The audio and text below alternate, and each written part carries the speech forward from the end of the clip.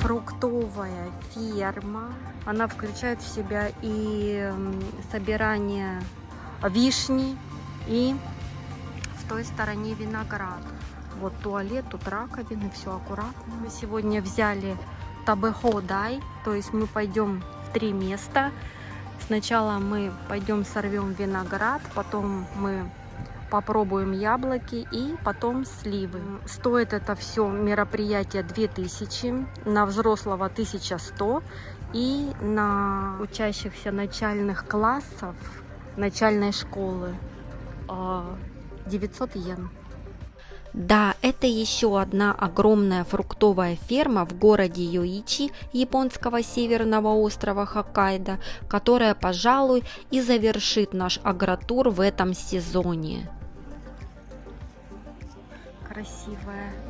Ферма очень большая и имеет множество локаций: виноградную, яблоневую, сливовую, персиковую и вишневую.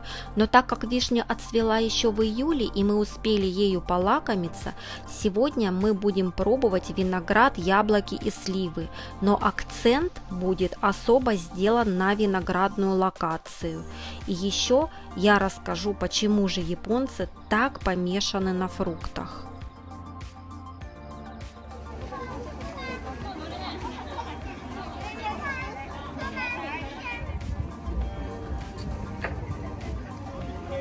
Уже прям гастрономический экстаз. Все, у меня слюна пудовая висит. Вначале, конечно же, стоит отметить, что производство винограда в Японии развивалось на всех 4 главных островах с севера на юг. Виноградарство Японии получило начало с освоения сорта Косю, известный своими крупными ягодами и превосходным вкусом. Кстати, он высаживался повсюду в стране, кроме Хоккайдо. Все застлано специальным винилом. О, какой кайф! Яблочки хоккайдские, да? Так, а это какой сорт цугару? Каждое дерево подписано. Вот это что это за сорт? Это Фуджи. А что они зеленые, да, какие-то? Недозрелые еще, что ли? Или это сорт такой? Во, какие здоровые. Так, пошли дальше. Стенд со всеми видами винограда. Вот 1 килограмм 1000 йен. Мы зашли внутрь. Боже мой. На входе вот стоит тележка со специальными такими вот коробочками. Это для тех, кто хочет, для тех, кто будет брать с собой виноград. И выдают вот такие вот ножницы.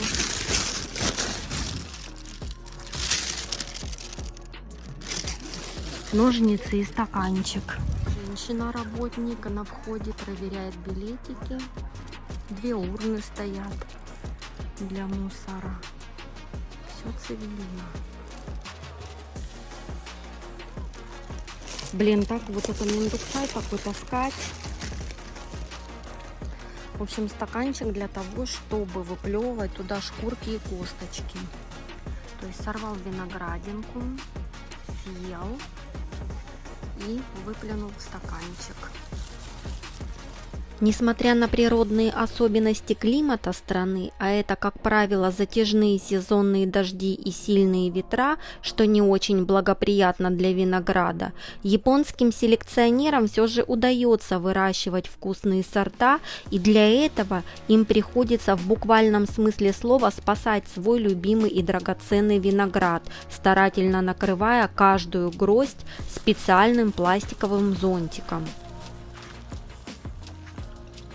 Табэтай бундаке хасамиде каточте кудасэ.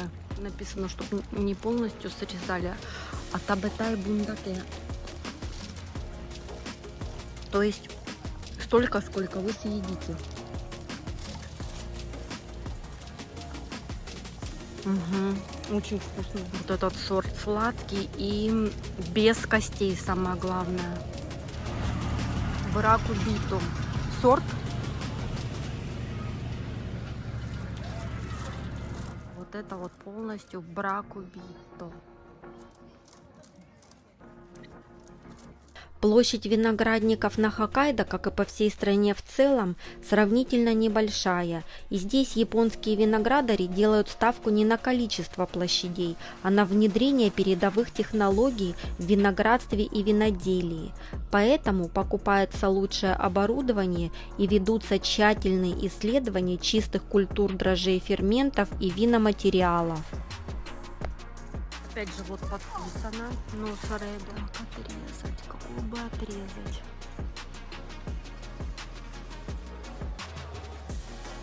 Наверное, вот эту вот отрежу. Вот это хорошая. Вот она. Вот это вот неплохая. Возьмем ее, положим сюда. И пойдем дальше.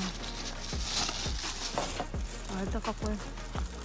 Ориентар Ста. Он тоже без костей, кстати. Угу. Вкусный. С японским вином тоже не все так просто. За винификацией и маркировкой вин в стране ведется строгий надзор. Суровый контроль здесь применяется потому, что по японским законам виноградное вино может называться японским, если хотя бы у 5% винограда процесс брожения прошел в Японии, и вино было разлито в бутылки именно в Японии. Только тогда оно будет считаться японским.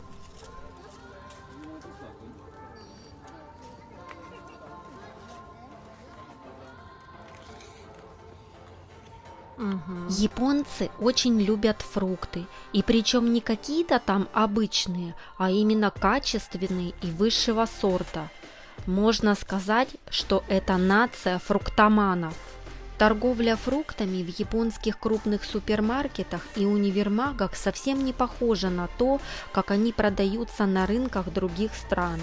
Для нас, иностранцев, наблюдать со стороны прекрасно упакованный как драгоценность фрукт очень непривычно. Вот этот виноград. Зайдя в любой японский крупный торговый центр, можно наблюдать одну и ту же картину.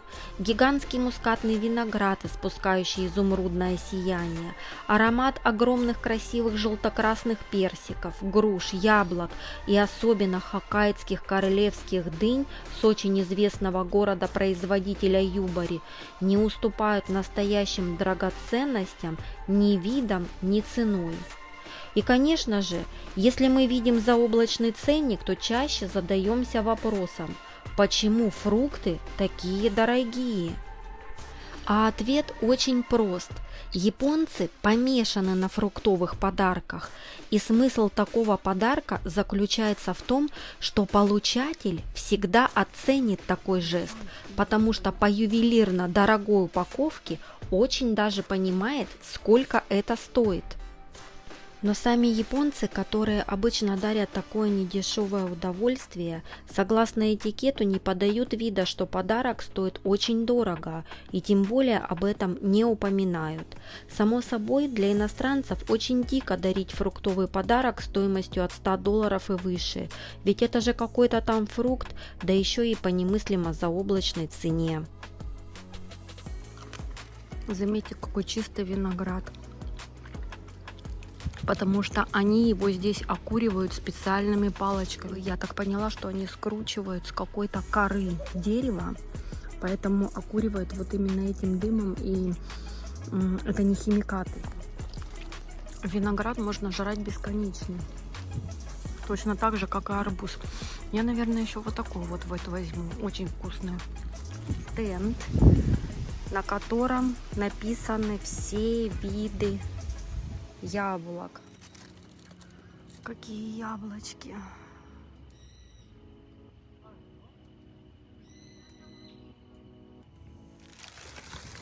Вот эти палочки, о которых я говорила, которыми они окуривают фрукты. Это деревянные палочки. И вот такие ящички у них практически на каждой плантации. Вот они их начиняют пеплом и окуривают фрукты. Это не химия, поэтому можно просто срывать и кушать с куста. Конечно же, отличаются фрукты, которые ты сорвал с дерева, от тех, которые уже пролежали несколько дней в супермаркете, в особенности яблоки. К нам яблоки на Хоккайдо вне сезон привозят с Аомори, Аомори-кен. И, как правило, яблоки уже натертые воском. Если ты захочешь купить яблоко без воска, оно, естественно, будет стоить дороже. Опять этот сорт Цугару. Что это за это? Это, наверное, какой-то сорт на Хоккайдо, не знаю.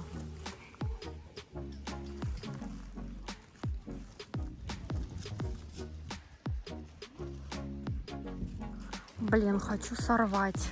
Ну вот не влезет же. Вот глаза не сытые, глаза не сытые.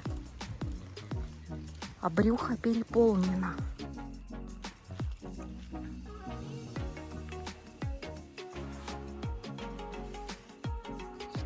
Возле каждого деревца есть лесенка, чтобы не обрывали нижние ветки. Но слив в этом году меньше.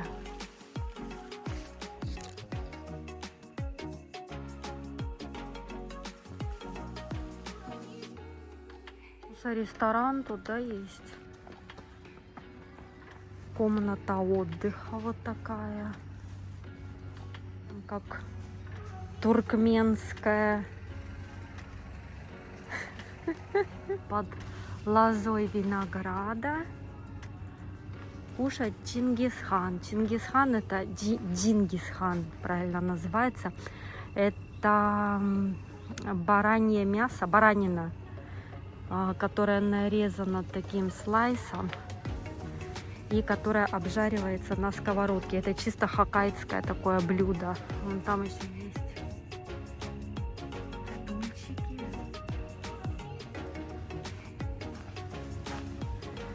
Умывальник. Вот там. Сейчас уже, конечно же, все закрыто, но вот здесь вот холодильники с мясом. Вот он, Чингисхан. Баранина. Это уже готовая баранина. Вот она в холодильнике, замороженная. Ну, здорово. 50 йен, вот такой кулек.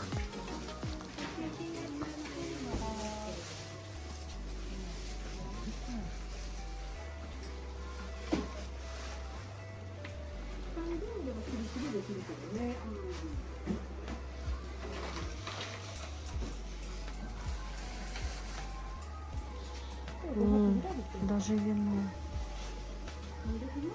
Вино, джемы.